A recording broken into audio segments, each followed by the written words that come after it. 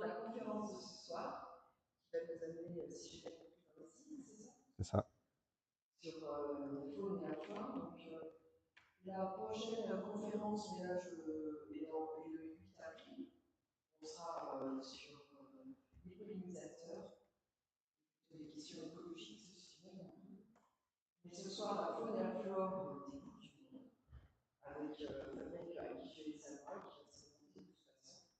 Et encore, merci à la Lignette de France de nous proposer des sujets aussi originaux chaque fois, parce qu'on se nourrit comme mois en mois et d'année en année.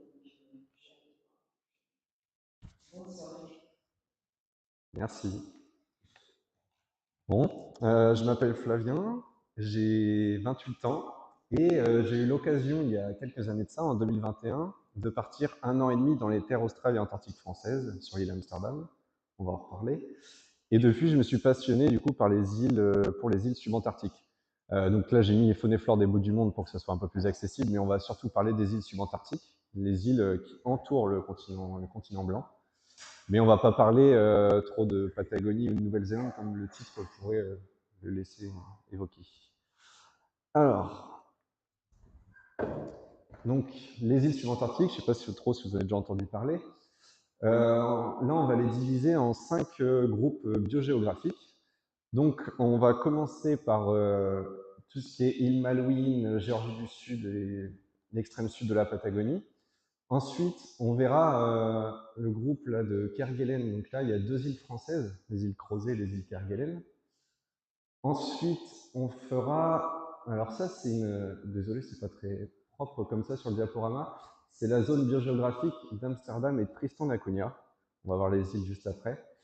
Et puis, un gros groupe en nombre d'espèces, c'est le groupe australasien. Donc là, on est en Nouvelle-Zélande surtout, mais aussi un peu l'Australie avec l'île Macquarie. Et puis, si on a le temps, ça je vous le promets pas, on ira sur l'archipel Juan Fernandez au large du Chili. Voilà. Ouais, de toute façon, je vais avoir besoin de la souris. Alors, ce soir, je vais pas, vous avez vu tout ce qu'il y a à voir, je vais pas avoir le temps de rentrer dans les détails et d'avoir un discours très scientifique. Je vais vous faire découvrir un peu ces îles-là. Et par le biais aussi, j'ai essayé de vous faire voyager, j'ai mis quelques vidéos pour vous faire rentrer un peu dans l'ambiance. Donc là, on est aux îles Malouines, qui sont appelées Falklands Islands, que vous connaissez peut-être à cause de la guerre dans les années 80. Dans le bon sens.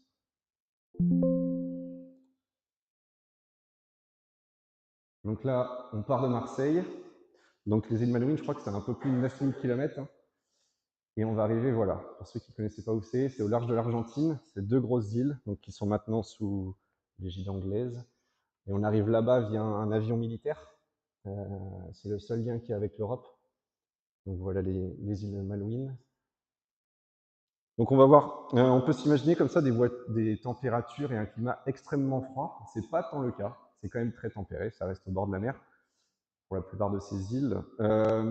Donc ici, vous voyez, les minimales, c'est -11. Alors, ce qui est étonnant, on pourrait se dire il fait -30, -40, comme c'est proche de l'Antarctique, mais pas du tout.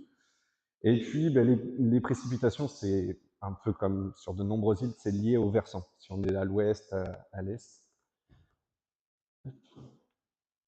Là-bas au Malouines, on va voir pas mal de... Bon, c'est pas neutre en carbone hein, d'aller sur toutes ces îles, c'est soit en avion, soit en bateau.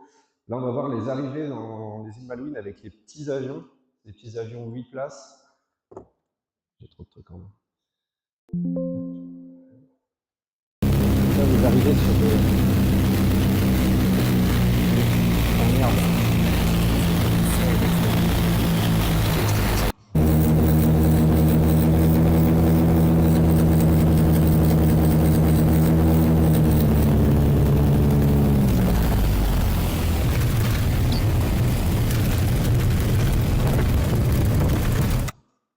Rapide avec les vidéos, c'est pour essayer de vous mettre dans l'ambiance. Donc on arrive donc sur des îles où il n'y a pas d'arbres, les Malouines, il n'y a aucun arbre, c'est que des plantes herbacées. Il y a des petits arbustes, on va en reparler peut-être, mais pas d'arbres, pas de forêt. Donc vous allez voir, ça va être très spécifique, je vais vous montrer plein d'espèces. Là, je ne sais pas si vous reconnaissez la famille, la plus grande famille du monde, les astéracées. Donc c'est une astéracée qui n'a pas de ligule. Les leptinelles qui sont très courantes dans les îles subantarctiques. Donc c'est faune et flore. Alors, je suis quand même botaniste de base, donc il va y avoir une tendance à la flore. J'ai quand même essayé de vous montrer pas mal de faune. Donc là, on a un canard, mais un canard qui ne vole plus. Alors vous allez voir, on va en reparler. On va essayer de parler de vicariance, de convergence et tout ça. Là, on a typiquement une convergence qu'on retrouve dans pas mal d'îles subantarctiques, c'est la perte du vol. Alors il y a plein de choses qui expliquent ça, on va en reparler en particulier avec les insectes. Mais il y a une grosse des particularités, c'est le vent. Le vent est extrêmement fort sur ces îles. Donc là, c'est un canard qui ne vole plus et qui est là-bas est appelé le canard à vapeur parce qu'il tape avec les ailes dans l'eau pour avancer. Donc d'ailleurs, hein, vous le voyez à son nom latin, Brachypterus, qui veut dire à aile réduite. Une plante qui est très courante sur le littoral de toutes les îles subantarctiques, c'est la crassule moscata, Crassula moscata. Donc les crassulacées, hein, dans notre imaginaire, c'est très, pas tropical, mais de climat sec. L'Afrique du Sud, c'est le centre de diversité pour ce genre. Mais on a quand même une espèce voilà, qui tapisse toutes les bandes linéaires de littoral des îles subantarctiques. Bon, comme dans beaucoup d'îles, un goéland dominicain, qu'on voit assez régulièrement. Et ça, vous en avez peut-être entendu parler, on les voit parfois dans des parcs de villes, c'est les oies de Magellan. Alors vous allez voir, là on a commencé du coup par la région magellanique, où là-bas la moitié des plantes et des animaux s'appellent de Magellan, pour l'explorateur. Et donc là vous avez la femelle et le mâle de l'eau, ça s'appelle les ouettes. Bon, alors ça, est-ce qu'il y en a qui ont une idée de la famille de ces plantes-là? Une famille que vous connaissez tous, non? Oui, joli, vous le saviez. Donc ça, c'est une apiacée. Donc les azorelles, c'est un gros genre, en particularité en Amérique du Sud. Donc là, Azorella filamentosa, on voit un peu les filaments. Ça, c'est une apiacée. Donc les ombelles, on les voit mal sur cette photo. D'ailleurs, même en vrai, hein, on les voit assez mal. Les azorelles, c'est un très gros genre. Donc là, sur les malouines, on a filamentosa. Là, vous avez une iridacée, et ça, c'est la plante emblématique des îles Malouines. Elle a été dédiée, enfin, en fait, c'est l'emblème de ces îles, comme peut y avoir la rose en Angleterre. Voilà. Donc, c'est l'Olzimium. Et ça, c'est sur pas mal de timbres, voilà, aux Malouines. Ça, c'est pareil, encore une astéracée. On va avoir beaucoup d'astéracées, hein. C'est pas pour rien que c'est la plus grande famille du monde. Un baccharis, donc on est les baccharis qui sont invasifs hein, sur nos littoraux, les grands baccharis d'1,50 m. Là, c'est un baccharis qui est tout tapissant. Alors, je ne vous l'ai pas dit, je viens de me faire la remarque, on va aller du littoral à la montagne. Et on va essayer de faire ça un peu pour toutes les îles. Parce que c'est vraiment pas facile de trouver un lien commun, donc on va faire avec l'altitude.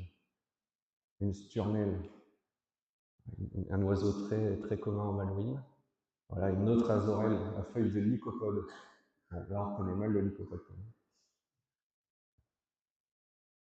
Alors, un autre très gros genre, si un jour vous avez l'occasion d'aller dans les îles subantarctiques, c'est le genre Acena. Alors, est-ce que ça parle à certaines personnes de la famille? Pareil, vous connaissez tous, c'est une des plus grandes familles. C'est une rosacée. Est-ce que vous n'avez pas un air de famille un peu avec les sangs qui sortent ou voilà, les pimprenelles? C'est un peu les pimprenelles du sud. Mais ces plantes-là, elles ont une particularité, c'est que les fruits, ils sont en forme de harpon. Et donc, c'est un des meilleurs exemples de zoochorie, parce que les albatros et tous ces oiseaux qui voyagent dans les mers du Sud déplacent ces espèces grâce aux fruits qui se sont accrochés à leur feuillage. Alors ça, il y en a un paquet d'espèces. Un canard. Les caltas, bien connus chez nous. Dans l'hémisphère sud, il y a plusieurs caltas qui s'appellent anciennement Psychrophylla et qui sont un peu à col comme ça, ce qui est vraiment étonnant quand on connaît nos caltas. Donc là, feuilles s'agiter, qui est très courant dans les marécages, les milieux marécageux d'Amérique du Sud, enfin de Patagonie et de Malouine. Une autre acéna, enfin c'est la plus connue de toutes, je pense, celle de Magellan, qui peut, par exemple, sur les îles Kerguelen, on verra recouvrir des hectares et qui est très très compétitive et qui est un peu souligneuse, voilà, qui fait des fruits et qui s'accrochent, comme je vous le disais. On a aussi toute une série de pâturins dans l'hémisphère sud, des grands pâturins. On connaît nos poa noa, nos poa pratensis qui sont pas bien grands. Les poas, donc là, c'est typiquement flabellata, c'est des poas qui peuvent faire 2 mètres de haut, et en fait, ils ont un grand, grand intérêt dans les îles subantarctiques, c'est que c'est là-dessus que souvent nichent les albatros. et d'autres oiseaux. En fait, ça fait des touradons sur lesquels nichent les oiseaux, et donc ça, c'est une des plantes les plus importantes pour l'écosystème subantarctique.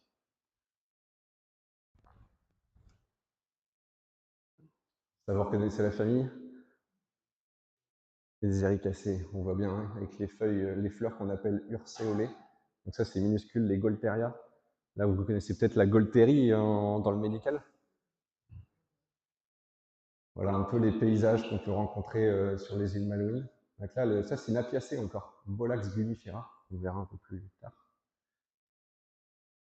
Un cormoran, le cormoran de Magellan, très courant sur les falaises, un peu comme chez nous. Alors ça, c'est un genre qui est très courant aussi sur les îles subantarctiques, c'est le genre Colobanthus. Ça vous fait penser à quoi de chez nous? Vous connaissez sûrement. Non, c'est une cariophyllacée. Ça peut faire penser aux sagines. Et en fait, les sagines ont des pétales, les Colobonthus n'en ont pas. C'est la petite distinction entre ces plantes de l'hémisphère sud et de l'hémisphère nord. Une très proche cousine de l'ouette de Magellan, c'est l'ouette marine. Donc ça, c'est le mâle, si je ne dis pas de bêtises. Et il se nourrit très souvent dans les vasières ou dans les zones intertidales de balancement de marée. Donc ça, c'est la femelle. Alors ça c'est très marrant, c'est une famille qu'on connaît tous, la famille des joncs, c'est une junque cassée, c'est Rost, ah oui j'ai oublié un S, Rostcovia magellanica, toujours un Magellan, et c'est une très belle junque cassée qui est très facile à reconnaître. Ça c'est les plages de Malouines. Alors si vous êtes déjà intéressé aux îles subantarctiques, en général c'est des plages noires, c'est des îles qui sont issues du volcanisme. Ce n'est pas le cas des îles Malouines, qui se rapprochent, qui étaient un bout du Gondwana. Il y a aussi bien des roches qui sont proches de l'Amérique du Sud que de l'Afrique du Sud. Et donc l'érosion fait qu'on n'est pas sur du sable noir mais du sable blanc. Donc c'est le seul endroit au monde où on peut voir des manchots sur le sable blanc. D'ailleurs, je ne sais même pas. Est-ce qu'on... Pardon? Des manchots, pardon. On va en voir après. Bon, un nitrier, qui ressemble un peu à notre étrier épi, mais avec un œil jaune, très courant aussi sur les plages. Un très beau goéland, le goéland de Scoresby, et pareil, qui traîne avec les colonies manchots, qui est très opportuniste. Un sénesson, bon, cornicans, hein, il tient bien son épithète spécifique, très blanc, dans les dunes. Ça, c'est vraiment typiquement une plante de dune. Et puis voilà. Les fameux manchots, typiques des subantarctiques, qui, vous le savez sûrement tous, qui ne sont pas des pingouins. Les pingouins sont de l'hémisphère nord, ils volent, alors que les manchots sont de l'hémisphère sud et ils ne volent pas. Donc ça, c'est le manchot papou, c'est le plus courant de tout. Enfin, c'est l'espèce qui a le plus grand nombre de populations. Je crois que je vous ai mis une petite vidéo, toujours pour être dans l'ambiance.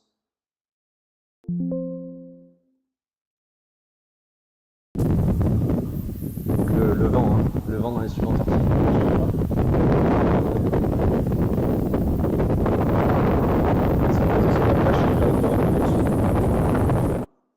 Ils s'échangent entre mâles et femelles pour aller faire l'incubation des œufs.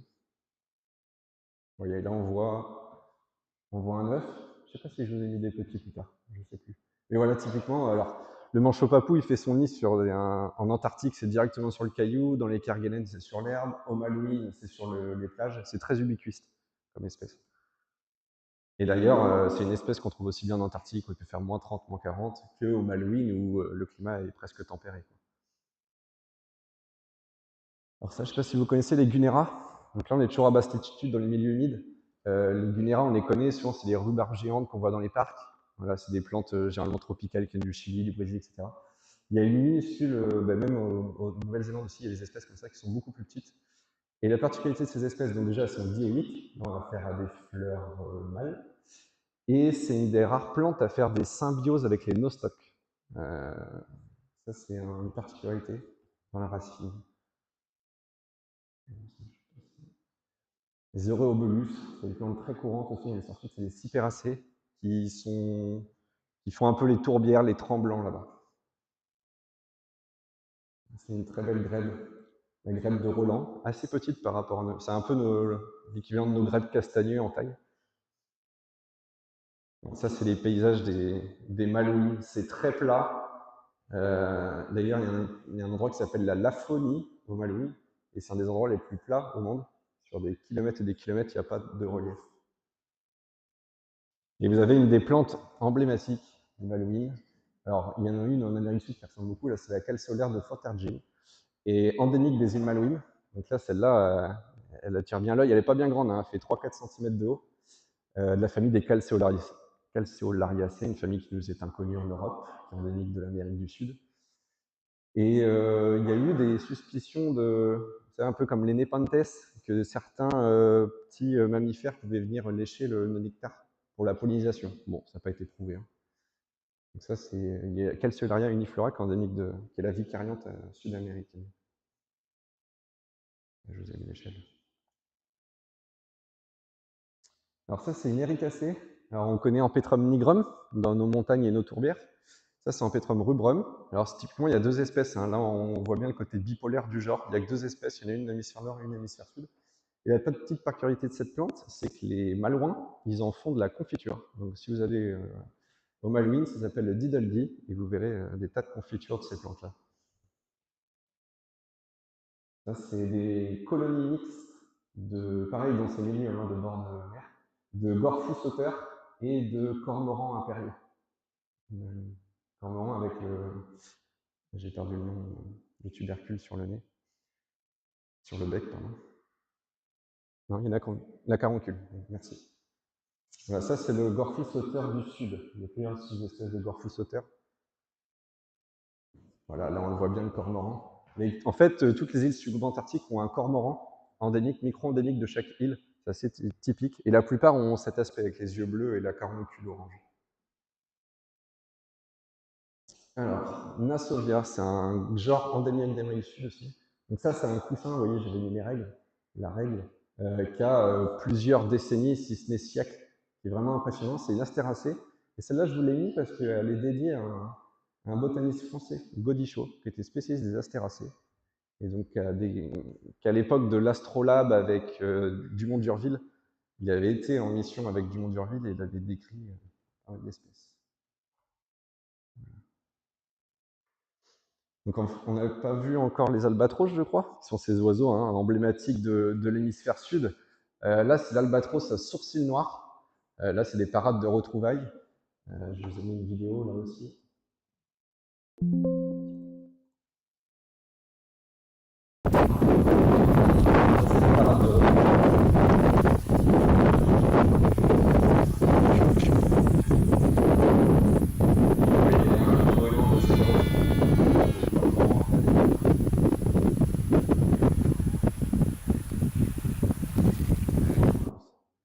Donc ça, c'est des oiseaux, les albatros. Alors, pour cette espèce-là, on est autour de 2,50 m, 3 mètres d'envergure. Ce qu'il faut savoir, c'est que les albatros, il y en a deux, c'est l'albatros royal et l'albatros hurleur, c'est les plus grands oiseaux volants du monde.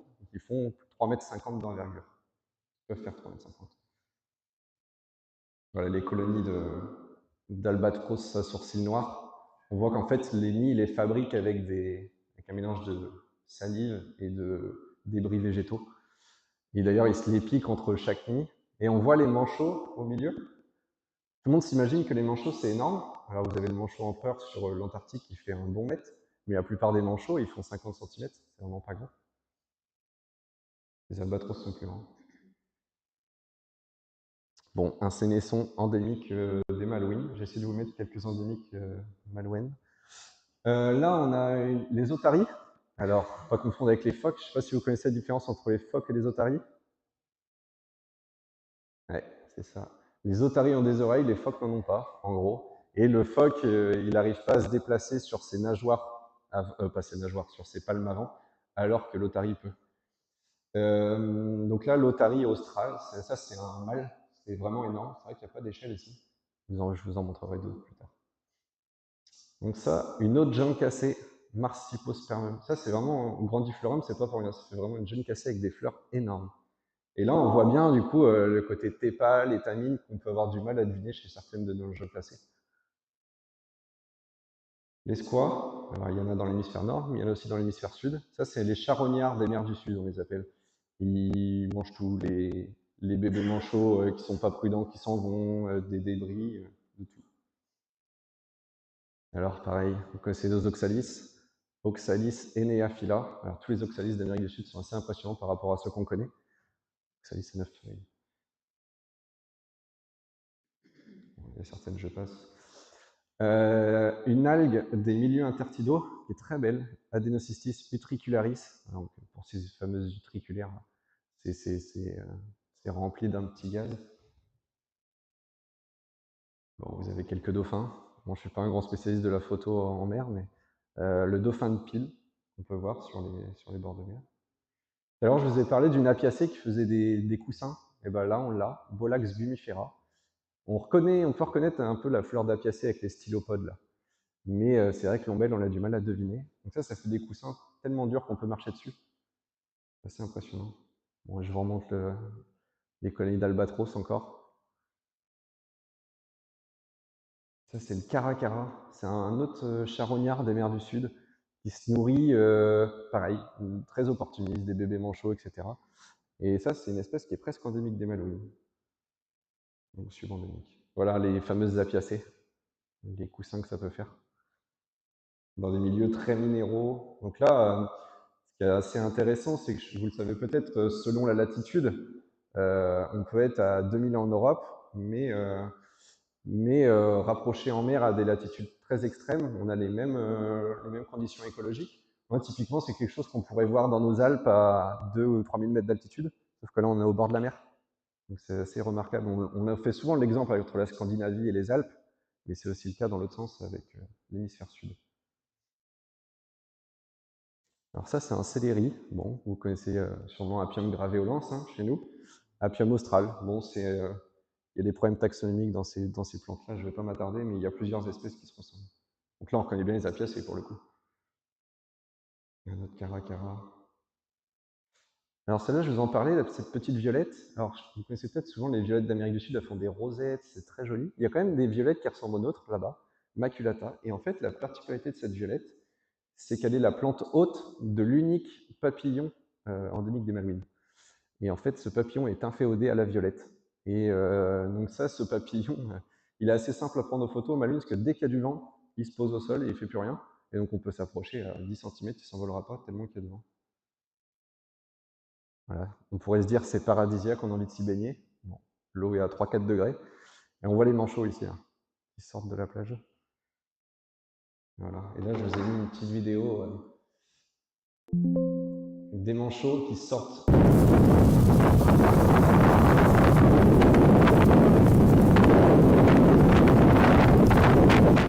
C'est un peu des torpilles. Ils font ça pour éviter en général l'attaque des lions de mer. Donc ils vont très très vite à la fin pour éviter l'attaque des lions de mer.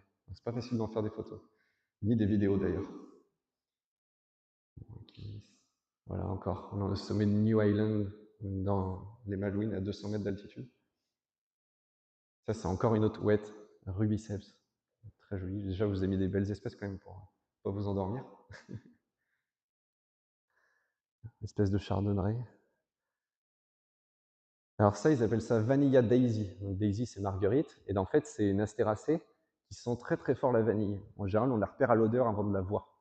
C'est assez curieux. Et au Malouines, ils la connaissent bien, les habitants. Alors tout à l'heure, je vous parlais de la perte d'ailes. C'était une convergence qui apparaissait chez de nombreux groupes, convergence évolutive chez de nombreux groupes taxonomiques. Là, typiquement, on est chez les insectes. Est-ce que vous savez ce que c'est comme ça? Tout le monde connaît. Vous en tuez des dizaines chaque année? Ouais, c'est une mouche, c'est un diptère. Et donc, Paractora, c'est un genre qui a sur pas mal d'îles subantarctiques, et chaque île subantarctique a sa mouche aptère. Bon, c'est pour faire un raccourci, mais en gros, c'est ça. Et là, on voit bien les vestiges des ailes. Et donc ça, c'est du coup un petit diptère qui maintenant ne fait que marcher sur les plages, mais qui marche très vite. Et pour en faire des photos, c'est pas simple. C'était dédié à Moseley, qui était un naturaliste anglais qui a pas mal visité les îles subantarctiques. Un autre sénesson endémique, il y a énormément de sénessons d'Amérique du Sud. Les clés font mal à la tête. Mais bon, celui-là est endémique des îles Malouines, littoralis. Bon, je ne vous ai pas mis trop de photos pour le vent, je vous l'illustre juste. Malgré tout, les avions décollent. Mais par contre, pour atterrir, il faut être face au vent. Donc ça dépend des directions des vents, mais il peut y avoir beaucoup de vent et qu'on prenne l'avion quand même. Bon, un pluvier des Malouines. Alors ça, si vous arrivez à sortir la famille, vous connaissez tous. Non? Là, on voit vite fait. C'est une astéracée, encore une fois. Encore une fois. avec les fleurs tubulées au centre. C'est minuscule, c'est un truc, faut savoir qu'elle existe pour le chercher. Je l'ai cherché un temps fou. Chevrolia lycopoides, endémique des Malouines une nouvelle fois. Alors ça, s'il y en a qui ont voyagé en Amérique du Sud, ils connaissent peut-être. C'est un peu le vautour, j'ai perdu le nom français. C'est un peu le vautour de là-bas qui du coup décarcasse les manchots. Alors c'est pas le fait qu'il y ait du sang, il a toujours la tête rouge. Je sais pas pourquoi. Et là, typiquement, il décarcasse un manchot papou. Ça, c'est des rapaces qu'il y a beaucoup en Amérique du Sud. Les urubus, merci, à tête rouge. Il y a urubus à tête noire et urubus à tête rouge. Les manchots royaux. Alors, ne pas confondre avec les manchots empereurs. Les manchots empereurs sont en Antarctique, alors que les manchots royaux n'existent que sur les îles subantarctiques. Donc, Aptenodytes. Pas... Ouais, vous aurez d'autres photos après, ne vous inquiétez pas. Le manchot de Magellan. Encore une fois, hein, Magellan à la côte. C'est un manchot qui est qu'en Amérique du Sud. Il y a plusieurs espèces. Il y en a qui ont été en Afrique du Sud ou au Chili. Il y a le manchot de Humboldt et le manchot du Cap qui ressemblent beaucoup. Alors ça, c'est un manchot qui est très bruyant. Ça, je peux vous en parler parce que j'ai posé ma tente à côté d'une colonie de manchots de Magellan.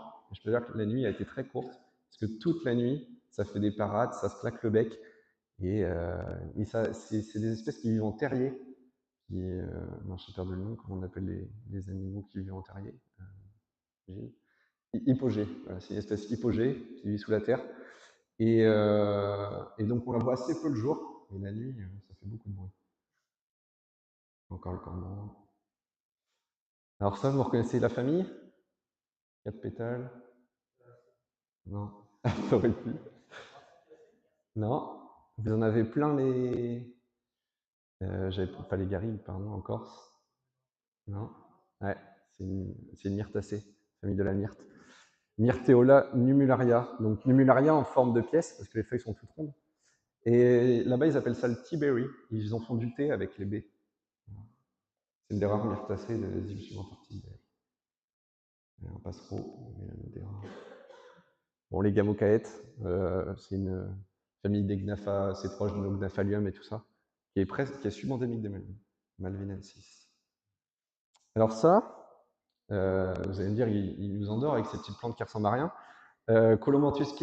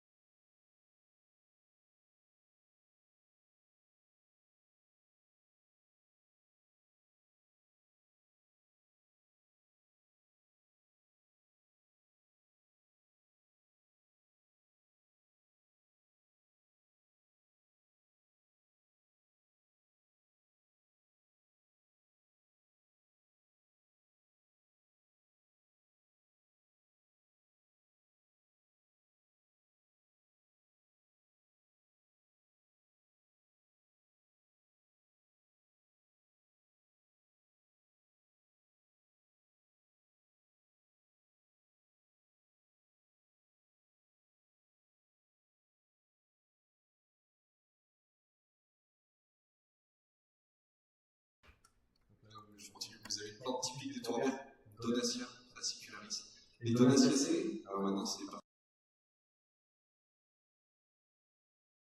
Il y a deux espèces dans le genre Donatia, il y en a une qui est extrême Amérique du Sud, l'autre qui est extrême Sud, Nouvelle-Zélande. Et c'est là qu'on voit qu'à l'époque, ces deux continents au Gondwana étaient rapprochés avec l'Antarctique. L'Antarctique à l'époque était moitié tropicale, c'était pas moitié, était complètement tropicale. Et ensuite, les climats ont changé, l'Antarctique est devenu glacé, pardon. Et donc, les deux espèces se sont séparées, elles sont devenues différentes. Et donc, il y a deux espèces dans le monde grâce à la fragmentation du Gondwana. Ça, c'est impressionnant. Là, on est à 55 degrés sud. Là, on est pas loin du Cap Horn. Donc, on peut être difficilement plus au sud. Et donc, j'avais voulu vous montrer un peu ce qu'on peut trouver à la Terre la plus au sud du globe.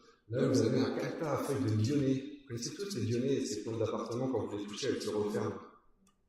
Et bien, la plante a été dédiée parce que ces feuilles ressemblent un peu avec ses cils. Mais bon, rien de carnivore chez cette plante. Ça reste un populage. Voilà, là, c'est toutes les espèces. On se dit, à cette latitude, il n'y a plus rien. Et ben, vous pouvez voir encore, je ne sais pas combien on est, mais on a au moins 8 ou 9 espèces sur quelques mètres carrés. Donc là, j'ai voulu partir dans la pampa. Les autorités chiliennes n'ont pas voulu me laisser. Donc j'ai trouvé deux Français, deux Grenoblois qui étaient sur le bateau qui voulaient bien partir avec moi. Et donc on a pu partir à Wenningen dans la nature, parce que sinon on n'avait pas le droit en dehors des champs. Donc ça, c'était le bivouac du 31 décembre 2023. On était vraiment paumés. Et donc dans ces milieux, on retrouve encore le populage, la feuille s'agiter. Vous voyez les milieux un peu en felfield. Tout à l'heure, je vous ai parlé d'un sénat, celle qui fait ses fruits, qui s'accroche sur sa batance. On aura encore une nouvelle. Encore une autre. J'essaie de vous montrer un peu la diversité des gens, comme ça, des fois, en vous montrant plusieurs espèces. Là, on a le canal de Beagle, on voit Ushuaia ici, depuis l'île Navarino. Donc là, on est à faire des forêts, mais c'est que du Nothofagus. C'est assez impressionnant, c'est qu'il y a 3 espèces de Nothofagus, et les forêts, c'est que ça.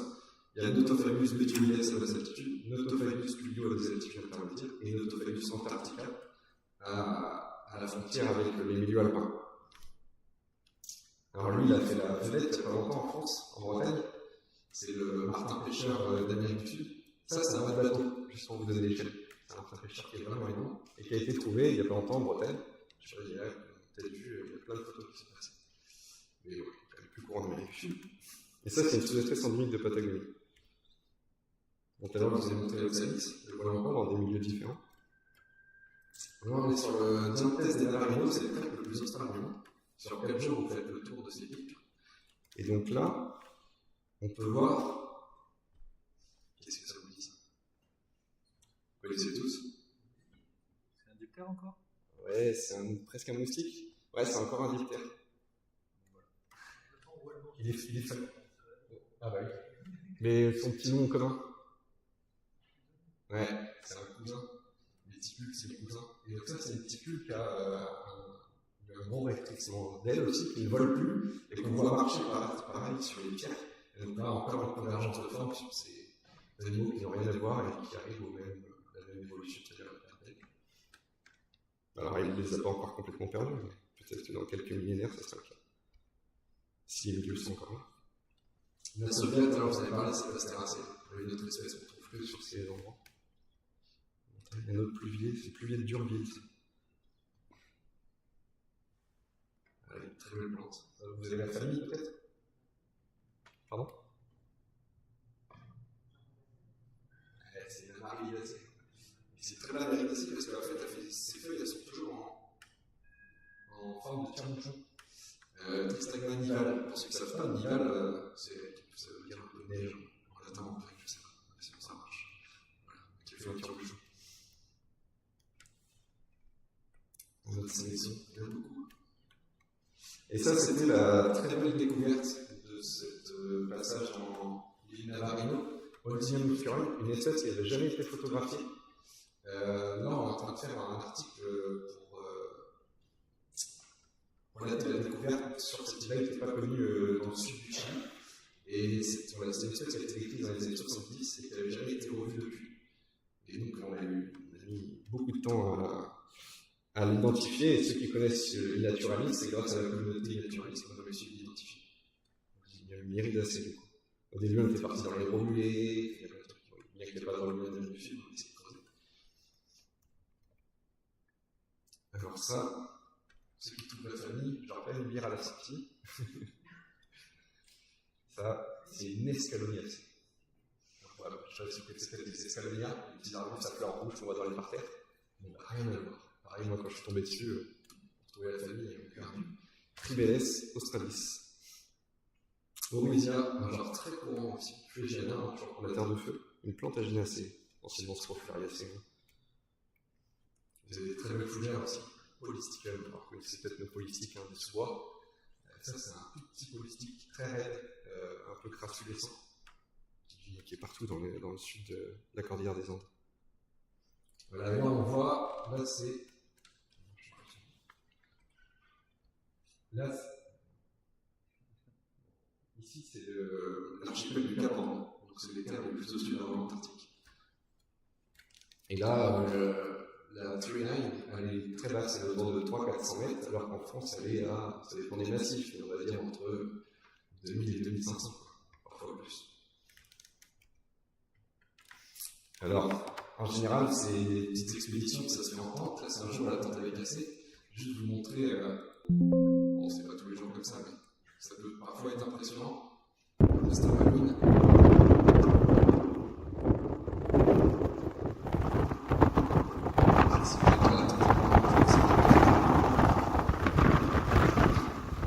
Et ce jour-là, elle a cassé. Et là, vous êtes un peu dans la panade. J'ai dormi sur le rocher, mais c'est pas toujours marrant. Mais vu les plantes qu'il y a, on s'en évite. La ville de Commerçon, vous connaissez sûrement l'explorateur français Commerçon. Voilà, une ville qui avait été dédiée parce qu'il était passé aussi à l'époque en Amérique du Sud. Bon, une sténia, je vais passer vite fait, c'est un petit calax. On va en parler plus tard, qui a la particularité d'avoir des utricules qui sont crochus. Encore un exemple de zoocorie. On en parlera un petit peu plus tard. Un valmuchilien, Vanius chinensis, très joli, assez courant sur le littoral. Tout à l'heure, je vous ai montré le canard à vapeur sur les Malouines, qui n'était pas ailé. Lui, il est encore ailé, mais il n'aime pas trop voler. Mais moi, je l'ai jamais vu voler, on le voit souvent hors de mer, mais il est censé voler. Et qui reste Patagonicus. Allez, là, on va repartir. Donc là, on va partir dans la province de Saint-Indien Sud, sur les îles Kerguelen, les îles Crozet, vous avez peut-être entendu parler, qui sont des îles françaises.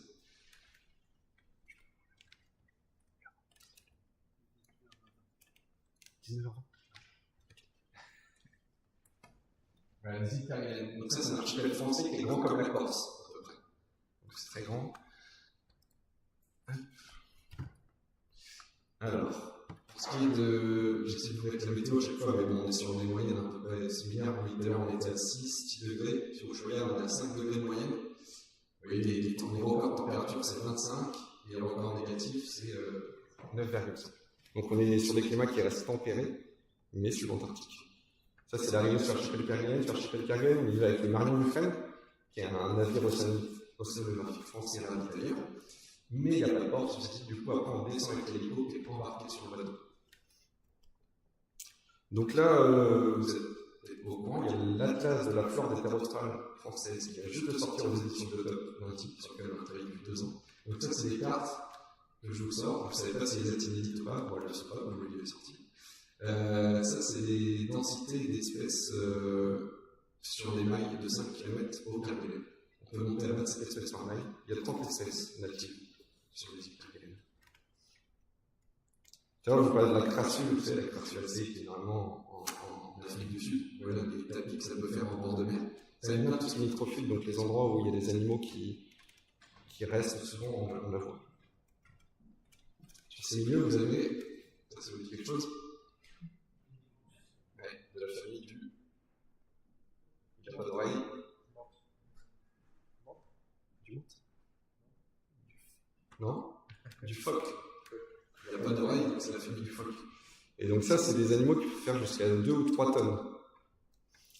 Alors là, je ne suis pas resté beaucoup à Kerguelen, donc j'ai pris des photos. Des gens, j'ai mis les copyrights. Ça, c'est le dauphin de Commerçant, qui est un dauphin qu'on connaît qu'en Amérique du Sud et sur les îles Kerguelen, où il y aurait à peu près 100 individus. Une autre épinelle, vous savez, j'ai commencé par cette plante tout à l'heure, cette astéracée tubulée. Elle a des épinelles plumeuses. Alors celle-ci, elle sent le miel, mais elle a un côté pas cool, c'est qu'elle est glissante à cause de tous ces poils. Et vous pouvez glisser très facilement sur les communautés qu'elle forme en bord de mer. Tout à l'heure, je vous parlais de poras qui sont bénéfiques pour la faune. On en a encore un, pora cookie, qui est dédié au capitaine Cook, et qui sert très souvent aux oiseaux aussi, pour nicher.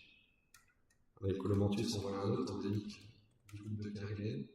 Là, vous avez typiquement les paysages de tourbières ou de paratourbières sur les îles Kerguelen, dans les endroits un peu plus plats.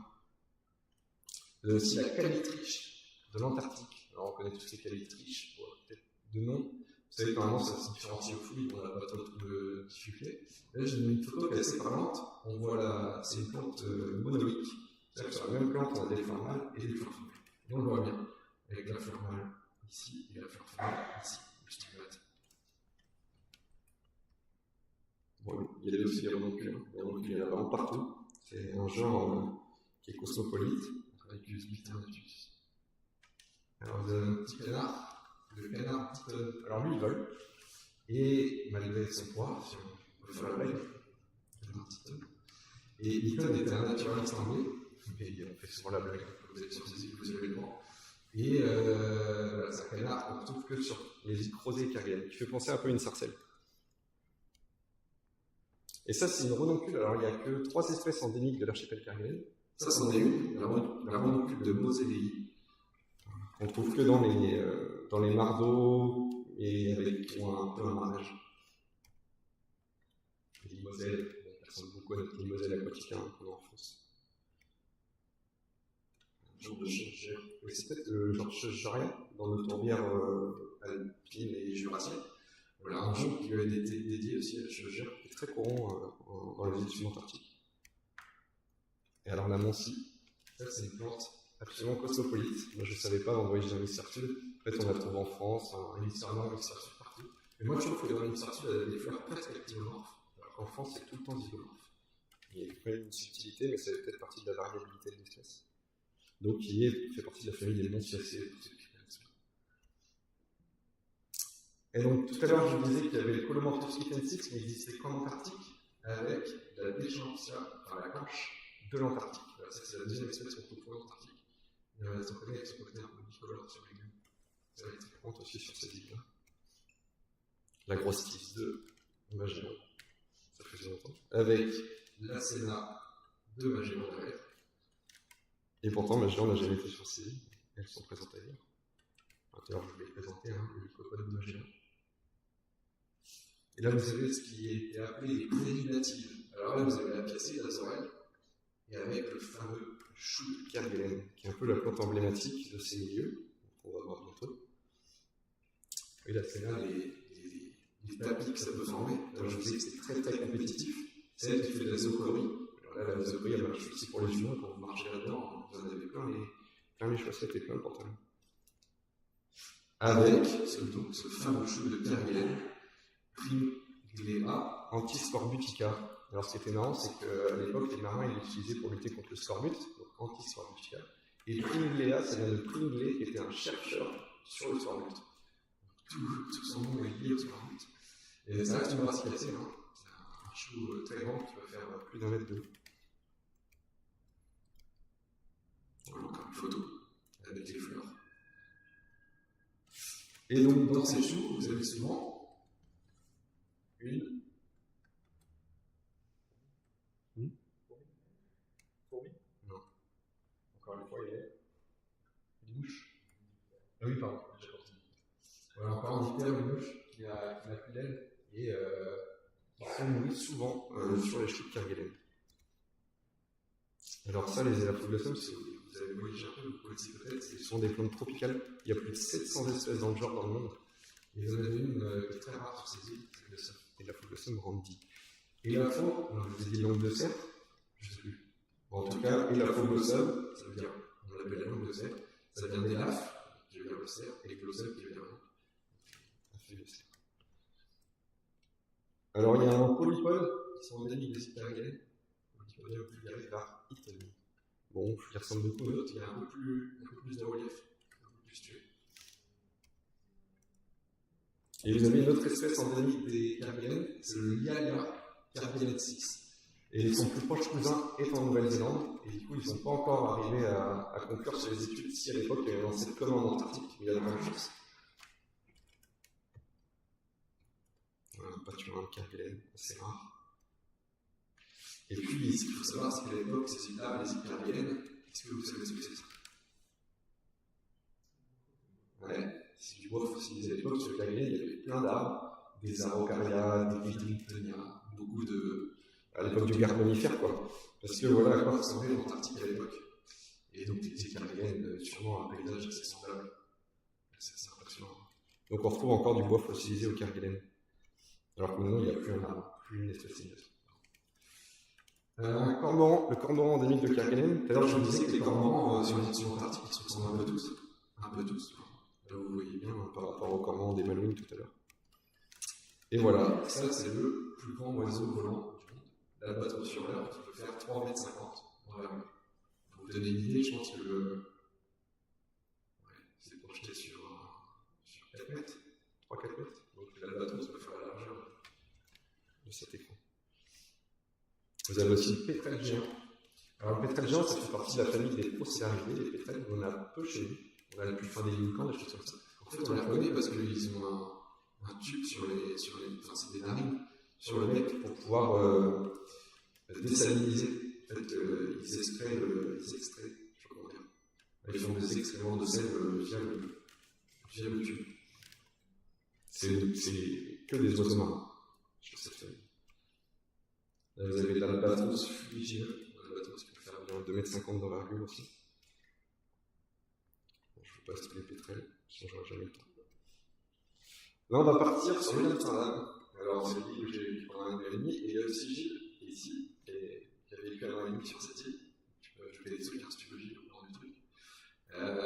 Donc ça, l'île d'Amsterdam, c'est une île française qui est à mi-chemin entre l'Afrique, l'Antarctique et l'Australie.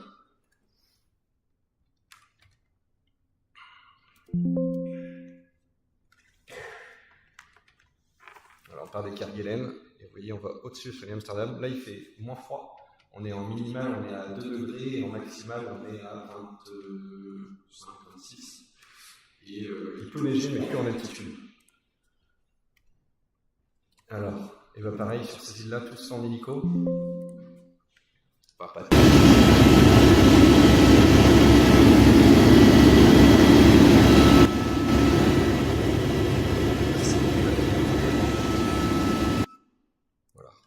vous met des trucs courts, mais c'est qu'on voit pas grand chose. Ça, c'est les falaises d'Entrecasteaux, c'est les parties les plus grandes falaises du monde. Elles font 720 mètres de haut. Et c'est là-dessus que niche la plus grande population du monde d'albatros avec Gilles. On va en reparler.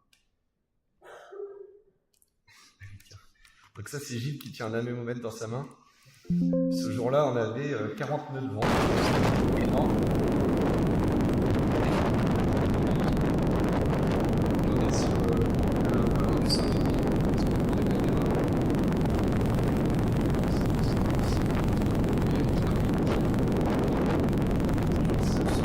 De ces îles.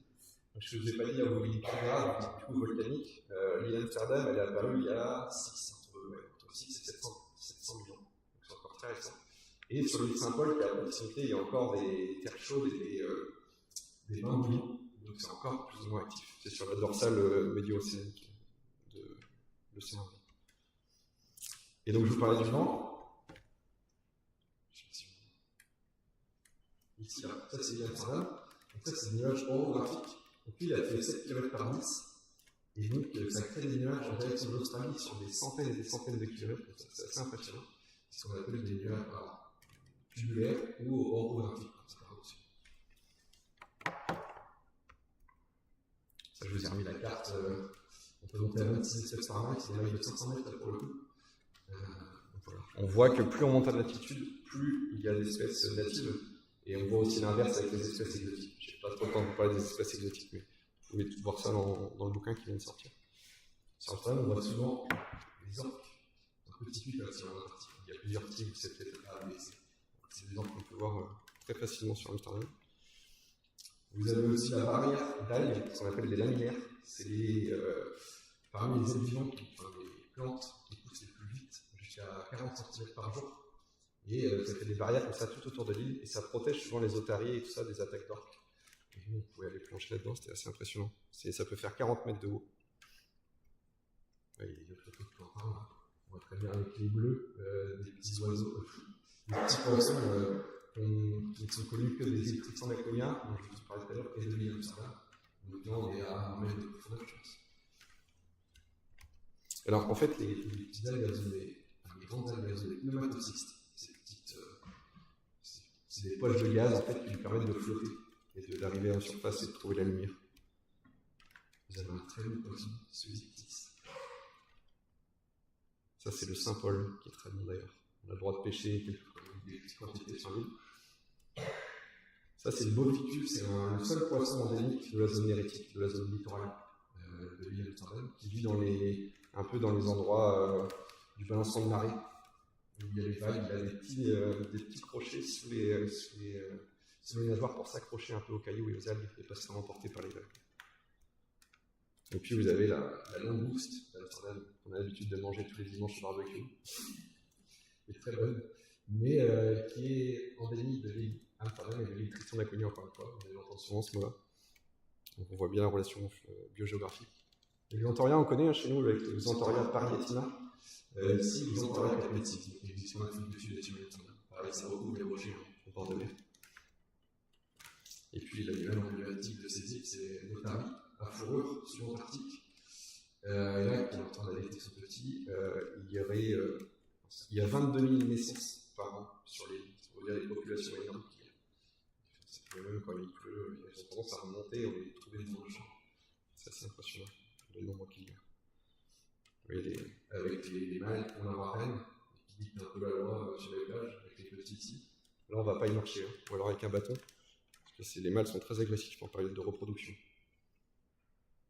Donc ça, je vous l'ai mis, mais pour une petite anecdote, il y a les baleines bleues qui passent au large de ces îles. Les baleines bleues, c'est le plus grand être vivant, le plus grand animal. On parle des champignons, etc., il y en a des bien plus grands. Mais ça peut faire une dizaine de mètres de longueur. Donc là, on l'a déjà vu tout à l'heure. Vous avez des sternes aussi, hein, comme chez nous. La sterne antarctique, qui migre un peu moins que la sterne arctique. Qui migre quand même. Sterne agitata. Je ne sais pas si vous le saviez, mais la sterne arctique, c'est le plus grand migrateur qui existe. Qui chaque année fait l'Arctique, l'Antarctique. Donc là, on était rouge, on a des petites plantes endémiques. Le plantain de Stanton, s'agit de nucléaire qui sont endémiques de l'île d'Amsterdam. Vous avez une spartine. Sporomolus, qui sont maintenant passés en Sporomolus, c'est parti même les autres qu'on connaît sur le littoral. Bobarianus, qui n'existe que sur l'île Amsterdam et l'île Tristan d'Acunha une nouvelle fois. Le paturin de la Novara. La Novara était un bateau d'expédition des Autrichiens au 19e siècle, qui est passé sur lui et qui avait fait pas mal de récoltes. Et du coup, ce paturin lui a été dédié. Pareil, c'est un paturin qui fait des touradeaux, qui sert beaucoup aux oiseaux pour pour nicher, et aussi aux manchots, c'est des oiseaux, pour faire leur nid. Et pour se cacher des prédateurs comme les scorpions. C'est une petite gramée, je vous la mets pour la petite anecdote parce qu'elle est endémique et elle est très courante sur l'île. Bon, ça ressemble à une gramée, vous allez me dire. Alors ça, c'est un très bon hippopotame, on l'appelle le petit sapin. En général, les gens le reconnaissent. J'ai le nom du petit sapin. C'est l'Hippopodela cernula. C'est un hippopotame qui est cosmopolite. Si vous allez en Nouvelle-Calédonie, en Amérique du Sud, vous pouvez le voir. Il existe ici sur l'internet, mais il est très graphique. Il est bien aimé des gens en général. Bon, la cirque. C'est la Fucsinia nodosa, c'est un genre de cycle, ça s'appelait Circus nodosus, qui recouvre des surfaces. C'est la plante qui recouvre le plus de surface sur ces îles, et qui sont presque impénétrables, il faut marcher dessus. Vous avez une fougère, une Deopteridacea volumora. Celle-là, on la connaît parce qu'elle est indicatrice de trous. Donc quand vous allez sur Internet, on vous dit de ne jamais marcher là-dedans au cas où vous tombez. Et chaque année, pratiquement, il y a une clavicule de cassé ou autre. Parce que les gens tombent dans les trous de lave qui sont indiqués par cette fougère. On apprend vite à la reconnaître. Vous avez découvert, alors vous avez la plus grande fougère qui a été décrite en 2010, dédiée au DAF, puis vous avez ici, il y a aussi eu beaucoup d'études sur les diatomées, et donc vous avez des diatomées qui sont endémiques des tunnels de lave, et ils ont d'ailleurs trouvé des relations entre les diatomées des tunnels de lave de l'île Amsterdam et d'Hawaï. Tout ça parce que ce sont des îles d'origine volcanique très récentes. Vous avez le seul arbre, ça c'était mon travail sur l'île, de participer à l'introduction de cet arbre-là, le Fica aurea, qui peut former des petits boisons, qui est très rare, et qui l'est encore plus, car si vous le savez, il y a eu un incendie très récemment, et donc les problèmes de reproduction, il faudra le continuer. C'est une ramenacée. Je sais pas si vous voyez un peu, ça ressemble un peu à nos nerfrins, la fleur. Ça sent très bon le miel.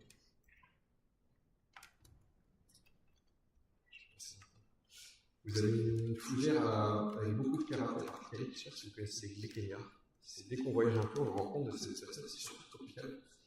Et on les reconnaît parce que tout est dichotomique, ça se divise en deux, à tout moment chez la plante. Donc il peut recouvrir des surfaces énormes en altitude sur l'île Amsterdam. On a aussi des ravines avec des hyménophiles. Ça vous parle des hyménophiles? Du côté de Marseille, il n'y en a pas trop, mais en Bretagne, Pays Basque, Vosges, on peut trouver des hyménophiles en France. C'est des petites fougères qui se reconnaissent parce qu'elles ont aucune couche de cellules, du coup elles sont transparentes. Ça vient de l'hymen, c'est pas très classique. Et ça fait des indusies à l'extrémité on les voit mal sur cette espèce, on va voir sur l'autre.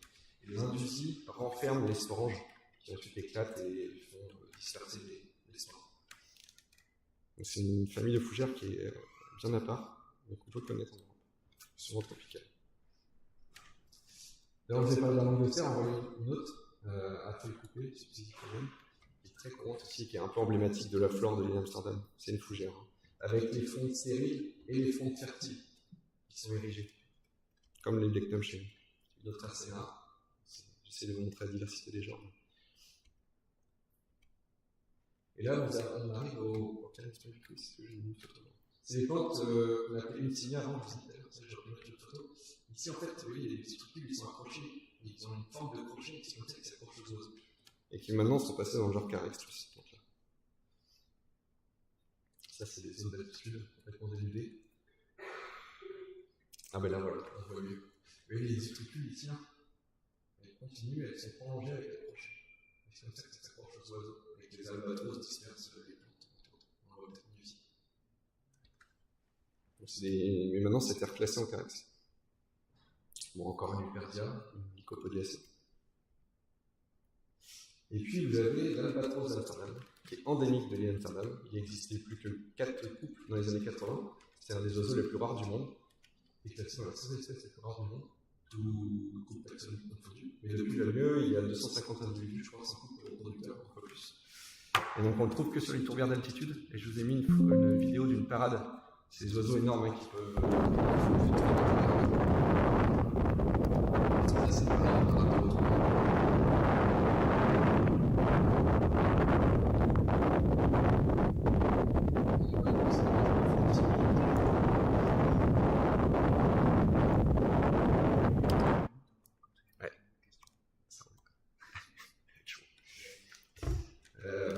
je vais passer sur ces trucs-là.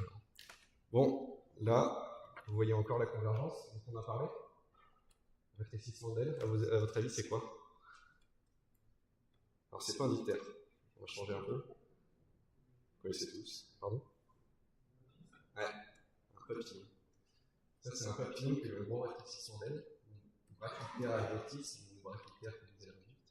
Et donc, c'est un papillon qui n'existe que sur l'île d'Amsterdam et qui se déplace au sol, qui était peut-être menacé, les filles, qui étaient peut-être mangées par les souris, on ne sait pas trop. Donc, il y a eu un protocole, mais je ne sais pas trop si on avait fait ça à l'Égypte.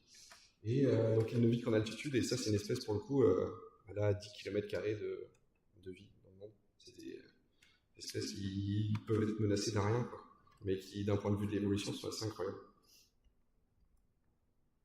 Politique, encore une fois. Donc ça, c'est le sommet de l'île d'Amsterdam. On retrouve encore des feuilles de l'île d'Amsterdam, on monte à 880 mètres à peu près.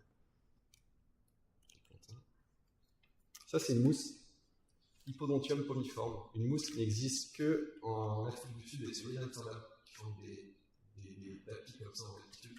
C'est assez déroutant parce que ça peut faire penser à des plantes vasculaires. Ah oui, et ça, c'est l'albatros fuligineux. Alors là, il n'y a pas d'image. Je vais vous faire un forme de cri.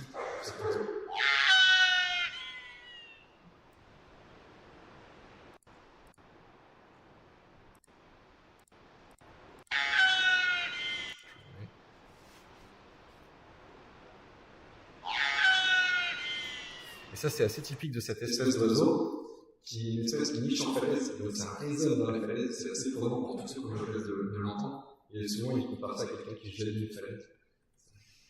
Et c'est des oiseaux qui volent toujours en binôme comme ça. Ils sont toujours en miroir. C'est assez impressionnant quand ça vole. C'est magnifique. Ça fait des balais. Vous voyez, ça niche dans les falaises. Et ensuite, un fameux le type Gorfou, sauteur du Nord, qui n'existe que sur les îles Tristan-et-Cunha et les îles d'Amsterdam. Je vous ai mis une petite vidéo.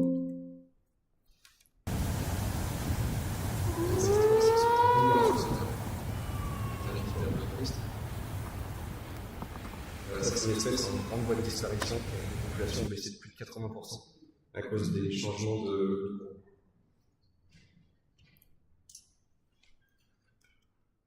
Ça, c'est l'albatros alvectus. Je vous disais qu'il y a les plus grandes populations du monde sur l'île, sur une seule falaise. Voilà.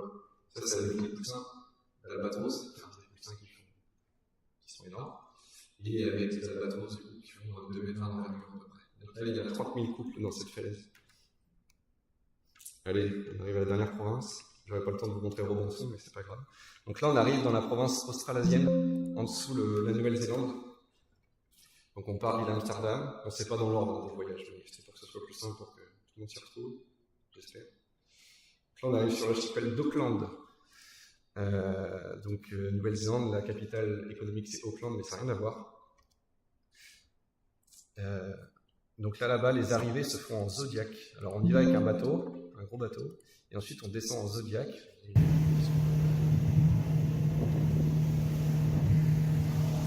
Pas s'attarder. Vous avez des gentianacées aussi dans l'hémisphère sud, des gentianella, qui sont loin de ressembler à nos gentianella. C'est des Serena qui est endémique de ces îles. Vous avez un polystique, un très beau polystique avec des belles fonds brunes, de grosses brunes. Et vous avez un plantain qui est endémique, Antagotrianta, ça c'est sur le bord de la mer. Ça c'est des communautés aérophiles qui aiment énormément les endroits, avec du Colomanthus, Misolipis, des crassules encore une fois. Samolus, ça si vous connaissez le Samolus valerandis chez nous, j'ai été étonné de voir ça, Samolus repens, qui est rampant. Une aile des milieux intertidaux, Turbilia antarctica. Alors celle-là, le genre a été dit au français, Jules Dumont d'Urville, qui a été en Antarctique avec ce là. Donc les petits nels. Vous avez une Asteracée arbustive aux Othalamus, très belle. Alors ça, une Asteracée toujours. Abrotonella spatulata. Les abrotonelles, je vous avais déjà montré une tout à l'heure, c'est un genre qui est très courant dans l'initiation. Alors ça, le Coporsoma, c'est une famille que vous connaissez tous, la famille de la garance voyageuse. Les rubiacées. C'est une rubiacée qui fait des tiges rampantes un peu lignifées avec du bois.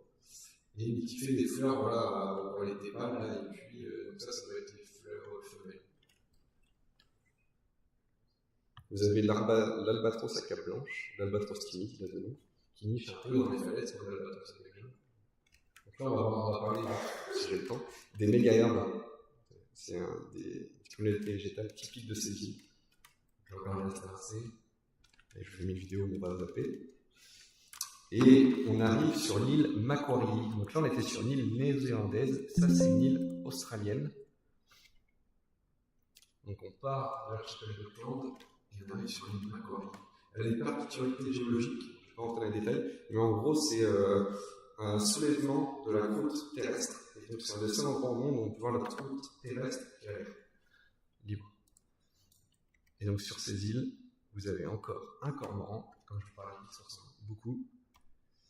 Vous avez des poas, pour vous montrer un peu les relations qu'ont les études antarctiques ensemble. Encore un poa qui sont formés en tourason pour où les oiseaux nichent.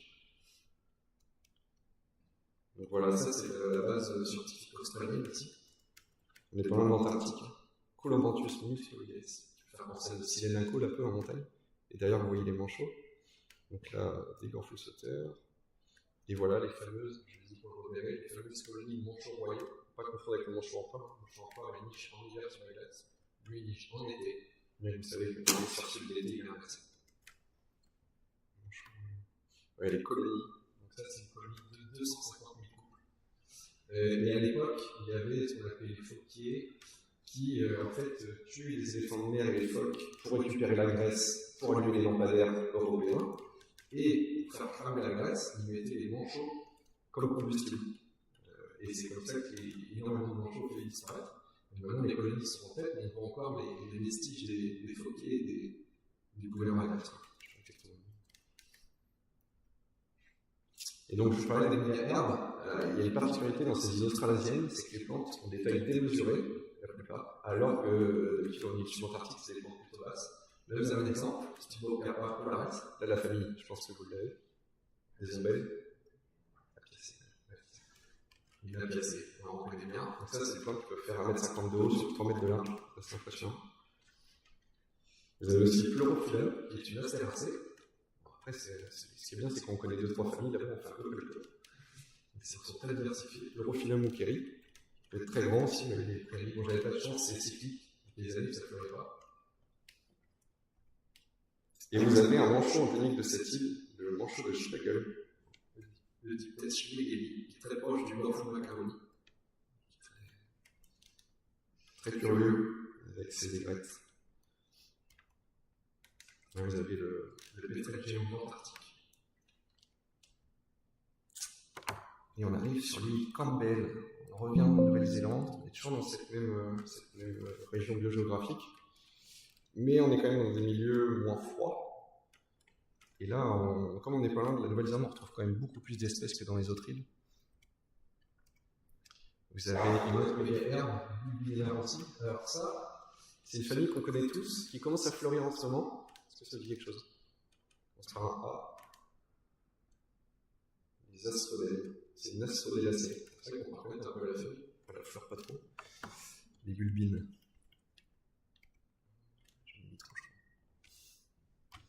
Donc voilà un peu les paysages qu'on peut voir sur ces îles. Je reviens le plafond nuageux n'était pas, mais sur cette île, il pleut 250 jours par an. C'est compliqué de tomber le bon jour. Vous avez une cardamine endémique de cette île. Ce qui est cool quand même dans ces îles-là, c'est qu'on retrouve des genres qu'on connaît en Europe. Vous allez dans le tropical, vous allez faire du connaître si vous allez sur les îles subantarctiques. Il y a des genres, vous dites, ah mais ça je connais. Donc la cardamine. Là vous avez l'albatros royal. C'est très proche de l'albatros royal, mais lui il est limite sur le bec. Et ça c'est Pleurophyllum speciosum. Ça c'est un peu la plante emblématique de ces îles. C'est une astéracée qui peut faire 1,50 m de diamètre, voire plus, qui fait des énormes fleurs, mais qui paraît qu'elle est cyclique et c'est pas trop la bonne année. Vous avez la renoncule des pingouins. Je ne sais pas, mais en anglais ils disent penguin aussi bien pour les manchots. Très belle renoncule. Alors ça c'est une renoncule, je suis tombé dessus au sommet de l'île et elle n'est pas décrite. Et donc j'en ai parlé aux Néo-Zélandais et en fait ils sont en train de la décrire. Donc c'est une espèce voilà, sur ce message, cette sommet là, cette sommet d'altitude. On arrive à la fin. Encore une Abrotanella. Rappelez tout à l'heure, vous avez parlé de cette partie là, avec que les fortunes. Rosulata, endémique. Des pois, encore un pois énorme. Ça, c'est un pois qui peut faire 2 mètres de haut. C'est vrai qu'un pâturage de 2 mètres de haut, chez nous, ça nous paraît extraordinaire. C'est le cas. Et puis, vous avez Anisotome. Encore mieux la famille. Ça peut faire penser à des berces. Anisotome latifolia, une autre bruyère qui peut faire 1,50 m de haut. Avec des orchidées. Un cormoran qui est un peu différent. Et puis, ça, on retrouve encore une sarcelle, un canard, qui ne vole plus. Anas nisiotis, il y en a un autre sur l'île Campbell, c'est des canards qui ont perdu la faculté de vol, et du coup qui étaient très sensibles aux prédateurs. Donc toutes ces îles-là, à l'époque, les marins avaient ramené des rats, pas mal de prédateurs, des souris, etc. Et ça a failli disparaître, ils l'ont retrouvé sur un petit rocher, cette espèce-là, dans les années 70, et à partir de là, ils ont reconstitué une population, mais ils partent que de quelques couples, parce que l'espèce avait failli disparaître comme elle ne s'envolait pas à l'arrivée des prédateurs. Ça, c'est l'albatros de Campbell, qui existe sur cette île, qui ressemble beaucoup à l'albatros que je vous ai montré tout à l'heure, mais il a un œil clair. Voilà, et ça, c'est la seule falaise où on peut voir cette espèce dans le monde. Du coup, il y en a des milliers, mais c'est le seul endroit.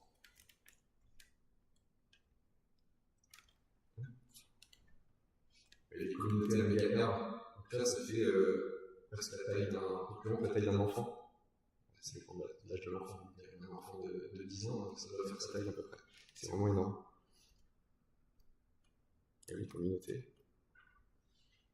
Donc l'avantage sur ces îles-là, c'est que c'est pratiquement que des communautés originelles. Il y a assez peu de communautés avec des plantes exotiques, mais malheureusement, je serais temps de m'attendre sur les exotiques.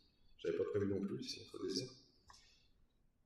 Et puis sur ces îles, vous avez quand même des petits arbres, c'est des métrosidéraux, c'est des microcacées, qui, vous voyez, avec les embruns, avec le vent, ont quand même du mal à subsister. Et ça, c'est en fleurs. Vous avez aussi des perruches sur ces îles, on va dire sur les îles subantarctiques, des perruches. Et bien, c'est qu'en Nouvelle-Zélande, il y a beaucoup d'espèces de perruches, comme la Nouvelle-Zélande pas loin, elles sont arrivées à rejoindre ces îles. Et là, c'est le manchot des antipodes. L'Elipes, c'est le seul de son genre, c'est un manchot qui est endémique de Nouvelle-Zélande, qui paraît que c'est une espèce hypogée de terrier.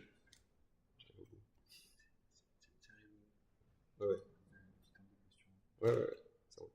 Ça, c'est les lions de mer de Nouvelle-Zélande. C'est des espèces qui vivent sur les plages de sable. Alors ça, je vous ai mis une vidéo. C'est quand même assez impressionnant. Le mâle est peut-être 2-3 fois plus grand que la femelle. Il y a un énorme dimorphisme. Et vous voyez le jeune en bas là. Ça, c'est une scène qu'on voit souvent sur les subantarctiques. Ils en ont rien à faire des enfants. C'est voilà, le monde sauvage, on le voit bien quand on va sur ces îles. Avec des énormes. Voilà, ça, c'est la plus grande colonie qui existe de l'espèce sur les plages de sable. Donc là, on est chez la famille des otaries. Il n'y a pas d'oreilles. Il y a des oreilles, pardon. Ça, je vous passe. L'île Robinson Crusoe. Et on va s'arrêter là, comme ça, si vous avez des questions, on a le temps. Et je vous ai mis à la fin, là. Donc là, j'ai été assez superficiel sur toutes ces îles. Il y a plein d'articles. Voilà, je vous ai mis là. Là, vous avez. Attends, parce qu'il y a du bug, du coup. Vous avez quelques articles. Là, vous avez un article sur l'île d'Amsterdam, si vous voulez, dans le courrier de la nature. Un article sur l'île Robinson Crusoe, qu'on n'a pas le temps de voir. Pareil, dans le courrier de la nature. Sur la flore des îles Malouines, dans la revue Hommes et Plantes. Vous pouvez trouver encore pas mal, encore plus d'espèces. Et puis là, un article qui va sortir en exclusivité dans la Garance voyageuse, sur les îles Campbell et les méga-herbes. J'ai évoqué tout à l'heure. Et puis voilà, celui-là qui vient de sortir lundi, la place de la flore des terres françaises. On a terminé après 2 ans de travail. Et puis vous avez aussi d'autres livres, la place des oiseaux marins, qui était là chez Biotop. Puis vous avez un livre, Les habitats naturels des terres australes françaises. Donc là, c'est pour l'île de Crozet, il est sorti il y a 2 ans. Et pour l'île d'Amsterdam, il va sortir cette année aussi, normalement. Je vous remercie de votre écoute.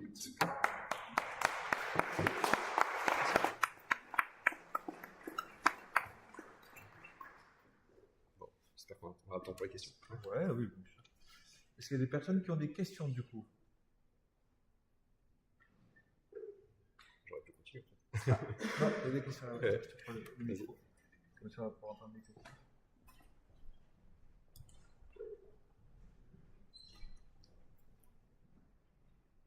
Merci. présentation.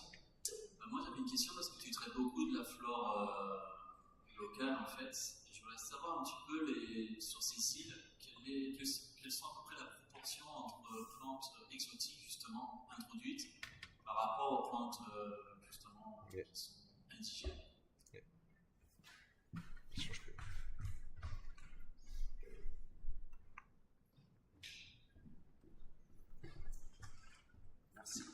Eh ben, c'est très variable selon les îles.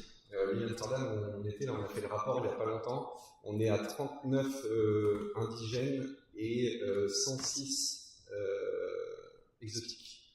Tu vois, il y a un rapport x3, ça peut aller jusqu'à x4. Il y a sur d'autres îles, typiquement les îles néo-zélandaises, elles sont mieux conservées. Il n'y a pas de base scientifique sur ces îles, sur la plupart. Et donc, il y a moins d'arrivées d'espèces exotiques. Et au Malouine, par exemple, je trouvais que c'était très bien conservé. Il y a juste l'agent d'Europe, qui est invasif. Ça, c'est une espèce, vous avez pu aller pareil, sur les hauts de la Réunion, c'est une espèce très invasive. Au Malouine, il faisait des haies avec, donc inévitablement, elle devient invasive. Mais au Malouine, par exemple, j'ai vu très peu d'invasives. Le climat est moins favorable également. Je peux réfléchir aux Écarpélènes, le rapport est 1x3, je crois. Et c'est toujours plus. Sauf sur les îles néo-zélandaises, je pense que c'est comme ça. Mais sur les îles néo-zélandaises, je n'ai pas fait les inventaires, donc je ne sais pas exactement. Mais ça doit se trouver. Je sais qu'il y a un papier qui va sortir bientôt. Mais en tout cas, pour les terroristes françaises, on a fait le travail dans la tasse. Il y a des rapports. Voilà. Et après, il y a espèces exotiques et espèces envahissantes. Sur ces 106 exotiques, bien sûr, il n'y en a qu'une dizaine qui sont vraiment problématiques.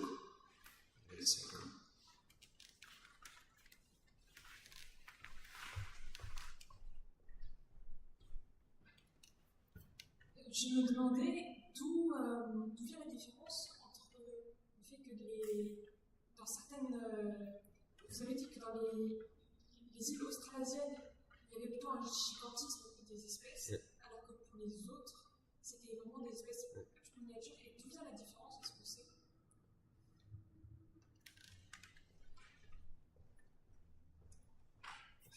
Alors, les gaillards sur les îles australasiennes, c'est pas expliqué encore. Il n'y a rien de très clair. Il y a des articles qui disent qu'ils ont fait ça pour capter plus de chaleur. Les couleurs sont aussi plus sombres des fleurs, peut-être pour capter plus de chaleur. En vrai, il n'y a rien de clair. Mais il faut quand même, il doit y avoir je sais pas combien de mégaherbes, il y en a peut-être 7 ou 8 espèces. Bon, sur le nombre, il y a quand même plus de petites espèces. Mais c'est vrai que les mégaherbes, elles prennent, au visuel, elles prennent la place, quoi, et du coup, on s'en rend plus compte. Tu vois, sur les îles Kerguelen, le chou de Kerguelen, des fois, il est considéré comme une mégaherbe. C'est pas tout le temps le cas. En fait, la mégaherbe, il n'y a pas de concept scientifique derrière. Il y a quelqu'un qui dit ça, c'est absolument une mégaherbe. C'est les gens qui disent mais c'est énorme par rapport au reste. Il y a même le Angelica, Arca Angelica en Islande, dans ces îles-là, qui est parfois considérée une mégaherbe parce qu'elle est vraiment énorme par rapport aux autres. Mais pour l'instant, j'ai pas vu de papier où c'est la différence. L'explication est claire. Et est-ce qu'il y a une différence de vent? Parce que vous avez beaucoup insisté au début sur le fait que les Malouines étaient extrêmement ventées et on a eu droit au son. Et est-ce que dans les dernières îles que vous avez présentées, vous n'avez pas parlé du vent? Est-ce que c'est pareil? Ouais, si, il y en a autant. Je crois qu'il y en a autant avec l'altitude. Je ne sais pas si vous avez vu le sommet tout à l'heure qui était dans le brouillard. Là, le vent, c'était un peu incroyable aussi. Je ne suis pas sûr qu'il y ait une différence avec le vent. Après, je n'ai pas les études dessus là, mais je ne suis pas sûr. Je pense qu'il y en a autant. On est sous les mêmes latitudes. L'île d'Amsterdam, je vous ai dit, il y avait beaucoup de vent. On est à moins 37,5, pratiquement moins 38. Alors que dans les îles australasiennes, on est quand même à moins 50. Donc on est 1200 km en dessous. Donc il doit y avoir encore plus de vent. Donc après, bon, il y a la Nouvelle-Zélande qui est pas loin. Peut-être que ça bouge un peu les vents, mais je pense pas.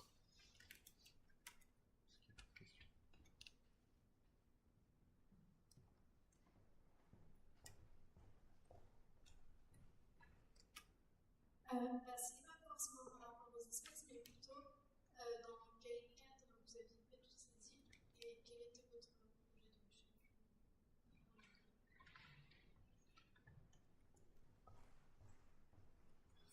Alors le cadre, ça dépend. Les terres australes dont je vous parlais de Amsterdam, ça c'était. Donc on avait un contrat de travail pendant 1 an et demi, on était logé sur les bases scientifiques. Ensuite, le voyage que j'ai fait au Malouine, Amérique du Sud, c'était sur mes fonds, et Nouvelle-Zélande aussi. Nouvelle-Zélande, j'ai quand même eu une bourse, c'est pour ça que j'ai oublié d'en parler. C'est une compagnie néo-zélandaise qui propose aux jeunes de moins de 30 ans une bourse de 7 000 € pour pouvoir partir sur le bateau, parce que vraiment c'est 11 000 €, donc ça coûte plus que, entre guillemets, que 4 000 € pour aller sur le bateau. Et donc pour les jeunes de moins de 30 ans, on voit ça. Et le but final, donc il reste encore l'île Tristan d'Acunha, où j'étais censé partir cet hiver, ça s'est pas fait, peut-être l'hiver prochain. C'est vraiment quand même compliqué d'aller sur ces îles, déjà le nombre de jours de bateau et même le financier. Mais le but c'est de faire faire découvrir aux gens des conférences comme ça. Et puis il y aurait un but final de faire un livre en français sur toutes ces îles, ça n'a jamais été fait. Mais avant ça, il y a encore des îles à voir et du travail à faire. Mais un des buts premiers, c'est de faire découvrir à tout le monde ça. Et puis c'est aussi personnel. Enfin, c'est des souvenirs incroyables d'avoir découvert toutes ces espèces sur ces îles. Et puis ce qui est assez motivant, c'est que il y a pratiquement personne qui va sur cette île, alors que il y a plein de gens qui vont dans l'hémisphère nord. Alors après, c'est sûr que l'impact carbone n'est pas le même. Mais il y a plein de trucs à faire sur ces îles et c'est trop bien parce qu'il n'y a pas de touristes. Donc c'est des voyages comme il y a, je sais pas, j'en sais rien, peut-être comme il y a 40 ou 50 ans. Au Malouine, j'ai dormi chez les gens m'accueillaient, ils m'emmenaient en 4x4. Enfin, ouais, c'est un côté encore vraiment voyage, quoi, ces îles.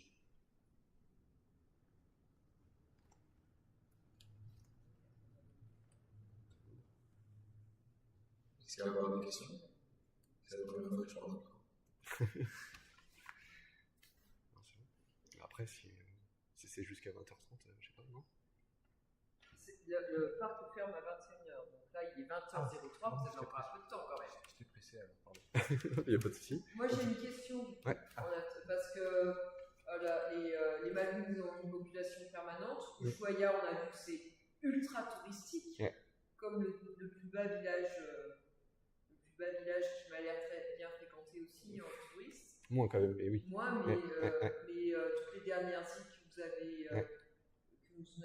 vous nous avez fait visiter ne sont que il y a une population par roulement je peux en parler, de touristes scientifiques ou de scientifiques. Donc au Malouine, la plus grosse population c'est des militaires.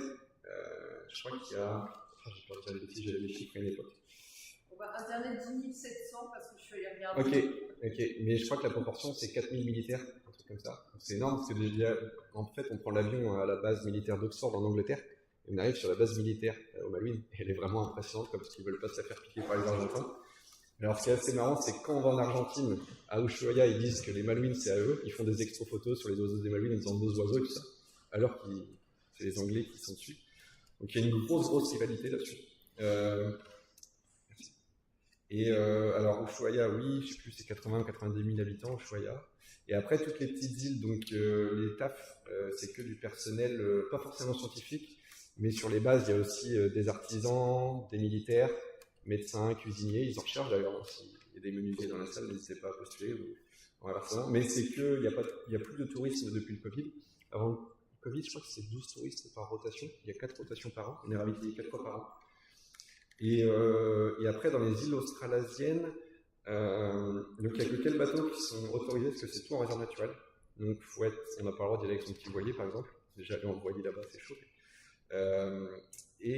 Donc pas forcément scientifique, c'est un peu comme des expéditions, j'ai envie de dire comme en Antarctique, mais c'est quand même des gens qui sont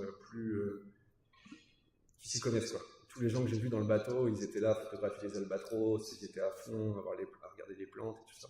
Donc ça c'était quand même un tourisme qui était encore cool, je trouve. Mais par contre il n'y a pas d'habitants sur cette île australienne. Il y a juste sur l'île Macquarie, il y a une base scientifique d'Australiens. Réfléchir ce qui reste en île. Les Malouines, tout le monde peut y aller.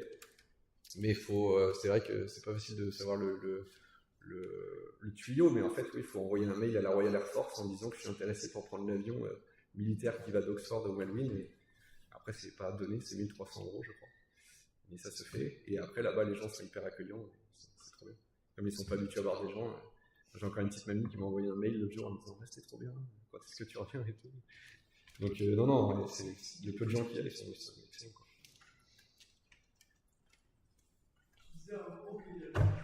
Ça enregistre là?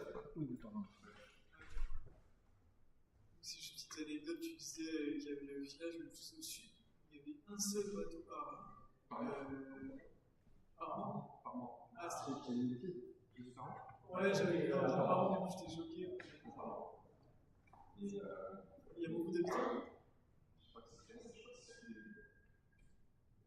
Saint-Quentin, c'est des militaires pour l'Artodoro, mais c'est vraiment un tout petit, enfin, je ne sais pas si on appelle ça un village, c'est un port de pêche, quoi. Et, mais en fait, c'est sur la même île, tu peux y accéder, mais c'est genre 3 jours à pied de marche, alors qu'en bateau, tu mets quelques heures. Mais c'est chaque 31 du mois, un truc comme ça. Mais, oui, si vous voulez, jusqu'à temps que... Si ça vous passionne, je vais continuer. Pardon? On peut refaire des îles plus. Oui, mais il y avait même les Isnéas que j'ai pas montré.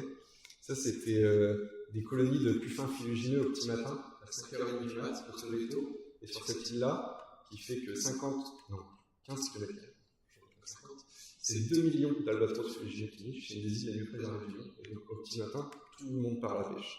Et là, c'est vraiment impressionnant, les nuits d'oiseaux qui viennent. Ça, c'est en Zodiac encore. Sur ces îles-là, on n'avait pas le droit de s'arrêter, enfin de marcher. Donc, on a fait le tour Zodiac, dont toutes les photos ont été prises depuis le Zodiac. Ce qui n'est pas simple, c'est pour ça qu'il n'y a pas forcément énormément d'espèces. Ça, c'est une espèce qui est endémique des îles Isnéas.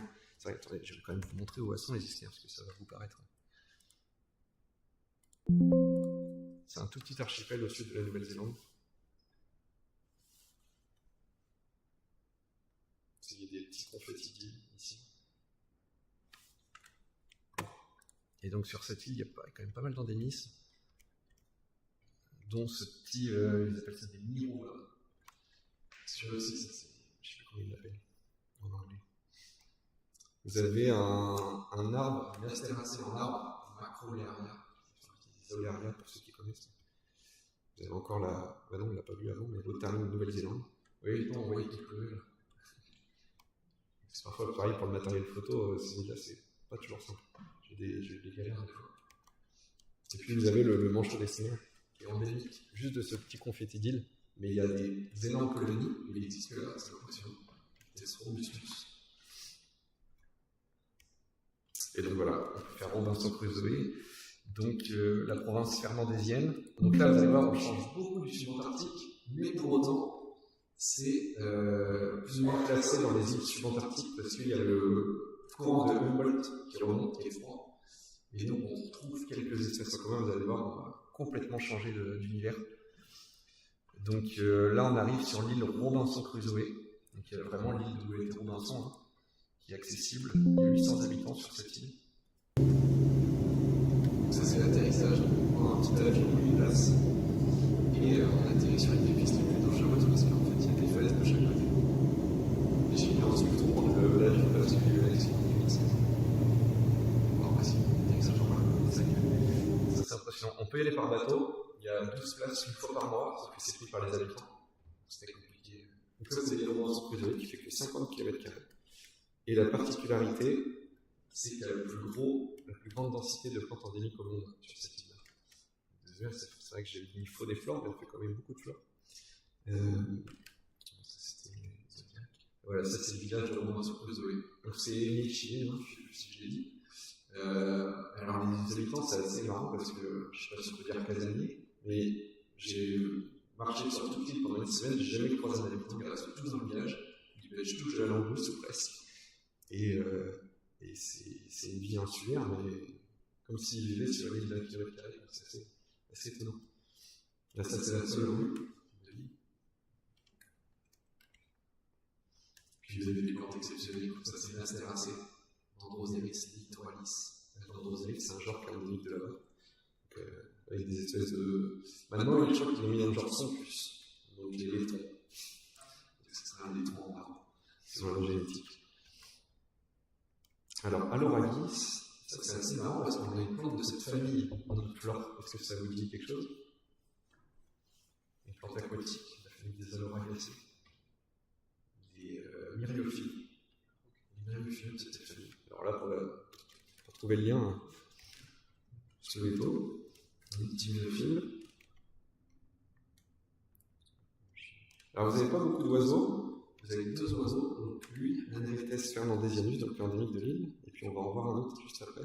Vous avez un erigion, très joli. Alors ce qu'il faut savoir, c'est que la première fois que je présente l'île Robinson Crusoe, c'est qu'en fait le spécialiste mondial des îles de l'île Robinson Crusoe, il est français, il s'appelle Philippe Danton, du Grenoble.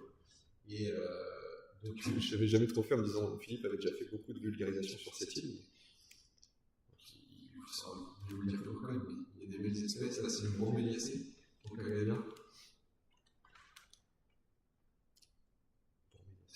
Je crois, je suis sûr de moi. Vous avez Eryngium mexicum, donc ça c'est une apiacée. Ça c'est assez incroyable aussi. Alors la mexicum il très bien sinon, je crois qu'il reste une soixantaine de pieds sur des falaises. Pour y accéder, c'est risqué, on va dire. Donc là, je vous ai montré les mini-lunéras, là, qui faisaient des symbioses avec les nostopes. Là, vous avez des grands lunéras avec des inflorescences qui font 1 mètre de haut, les lunéras font 3 mètres de haut. C'est assez impressionnant.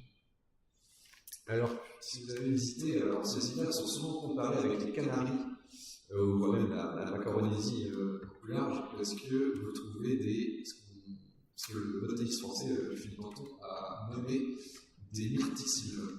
Et dans les Canaries, vous avez des lauricides, qui sont faits de laurus je sais plus comment. Le laurus des Canaries, je sais plus. Oui, il y en a plusieurs. Voilà. Et donc, vous avez la myrticide avec l'automyrtia fernandosiana, avec myrtacée. Et il y a pas mal de liens entre ces deux îles, on va en voir un autre. Vous avez Tyrosopteryx elegans, c'est Tyrosopteridacée, et donc la famille est endémique de l'île. La famille de fougères est endémique de l'île. Ce qui est presque unique. Et on voit les fonds fertiles et les fonds stériles. Fertiles à gauche, avec les oranges, et puis stériles à droite. Vous avez des verbénacées en arbre, Raphitamulus velustius. Et puis voilà, vous avez le colibri de Robinson Crusoe, qui est le seul colibri endémique d'une île, et donc le mâle est tout orange comme ça, et la femelle est bigarrée de bleu et de blanc. Je crois que je vous ai mis une vidéo, mais c'était fait au portable, on voit pas grand chose. On le voit ici. Là, il est dans les fleurs de Raphitamulus verbénacée que je vais vous montrer. Et il est vraiment, j'ai l'impression qu'il est inféodé à cette plante, il est toujours avec. Mais aussi dans des. J'ai pris la photo dans, je ne sais pas si vous avez vu, dans des abutilons, qui est une espèce exotique, qui aime bien aussi ces plantes-là. Alors ça, est-ce que vous avez la famille Fagacée. C'est la famille chez nous, elle est. Voilà. Je n'ai pas réussi à le faire bien, c'est une urticacée. C'est une urticacée en arbre. Les Bohémerias, je ne sais pas si vous avez fait à la Réunion, dans les milieux tropicaux, on a rencontré ça régulièrement, c'est une urticacée. C'est assez incroyable, les Bohémerias. Donc ça, en fait, il y a un contraste énorme. Alors vous avez ici les lunes et le sommet qui est dans la boule. Tout ça, c'est de la forêt à allure tropicale, on est dans des climats tempérés. Et puis vous avez ces zones très arides qui ne voient jamais l'eau. Et puis surtout, en fait, il y a eu des érosions à cause des bêtes qui ont été introduites, des vaches, etc. Et donc tous ces endroits s'érodent, mais ils perdent des mètres cubes et des mètres cubes de substrat chaque année, c'est assez incroyable. Et en fait, c'est compliqué d'éradiquer les chèvres, les vaches et tout ça à cause des habitants qui disent que c'est le patrimoine. Alors, ce qui n'est pas le cas sur les autres îles qui ne sont pas habitées, c'est plus simple d'éradiquer les espèces. Mais sur ces îles-là, c'est pas aussi simple. Il y a une espèce invasive assez énorme, je ne sais plus comment, qui elle retient les terres. Donc, des fois, le bénéfice de l'exotique est à balancer, mais. Vous avez une otarie qui est endémique des îles Robinson Crusoe, Arctocéphalus philippines. Beaucoup d'autres. Alors, si vous connaissez les Wallenbergiens français, qui d'ailleurs n'est plus le Wallenbergien, c'est néo-connu. Les campanulacées, Wallenbergien c'est un genre énorme, j'en ai vu en Nouvelle-Zélande aussi, il y a de tout. Donc ça c'est une espèce des falaises. Là je vous ai mis un peu les endroits qui sont pas difficiles. Alors ça c'est Selkirk.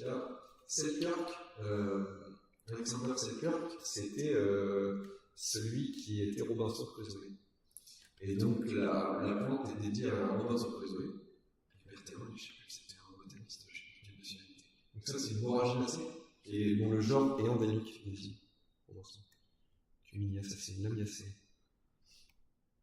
Vous avez un autre, le colibri du Chili, qui est aussi sur le continent, mais qu'on retrouve aussi sur ces îles. Là vous voyez encore dans du Raphitamulus à la verbénacée que je vous parlais.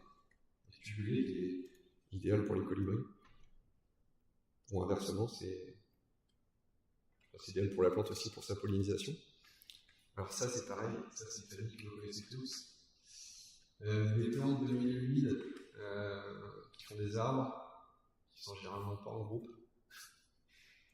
Des saules, c'est celles alors sinon on fait la courtiacée, c'est la famille des saules, alors là vous direz, on voit pas la ressemblance, je suis d'accord avec vous. Ça sent fort le chocolat, c'est assez étonnant la fleur. Et là vous avez une Dendrosalis nidifolia, ça c'est le dernier individu de son espèce. Vous voyez, ils sont sanglés. C'est un peu la plante emblématique de cette île-là parce qu'il n'existe plus qu'un pied naturel. Alors, ils ont fait pas mal de semis qui sont en train d'essayer de l'introduire. Ceux que ça vivait sur des endroits qui sont maintenant complètement érodés. Et donc, je crois que vous avez mis une photo de la fleur. Voilà, c'est les fleurs, ça fleurit, il n'y a plus de feuilles, un peu comme Euphorbia androides. Enfin, il ne fleurit pas quand il n'y a plus de feuilles, Euphorbia androides perd ses feuilles en saison sèche. C'est aussi qu'à là-bas. Et par contre, ça fleurit en saison sèche. Et vous avez un genre d'astacées, les Robinsonia, qui sont dédiés à Robinson, qui sont endémiques de ces îles type Robinsonia gracilis, des astacées en arbre. Donc là, vous avez une petite vue, un peu, on peut avoir des falaises. Là, j'ai dit, pareil, on a l'impression d'être à Amsterdam, mais c'est des falaises énormes, qui tombent à pic. J'ai une vidéo.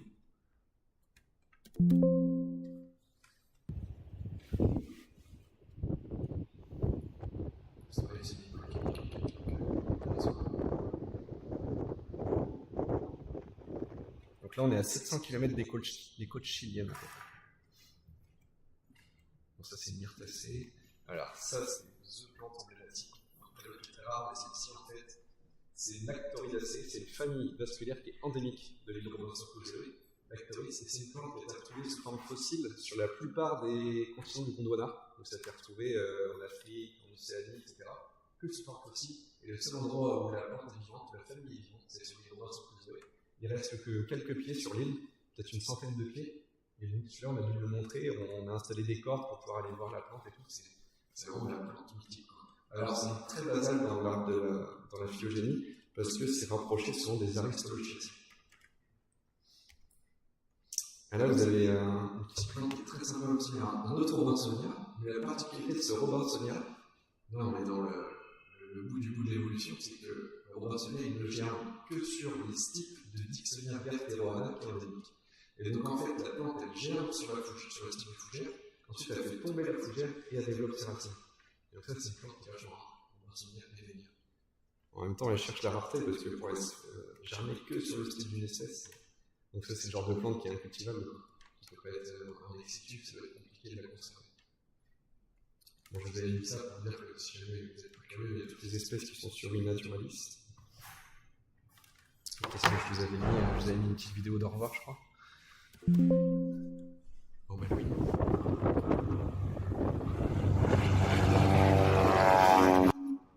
Pour la fin du voyage.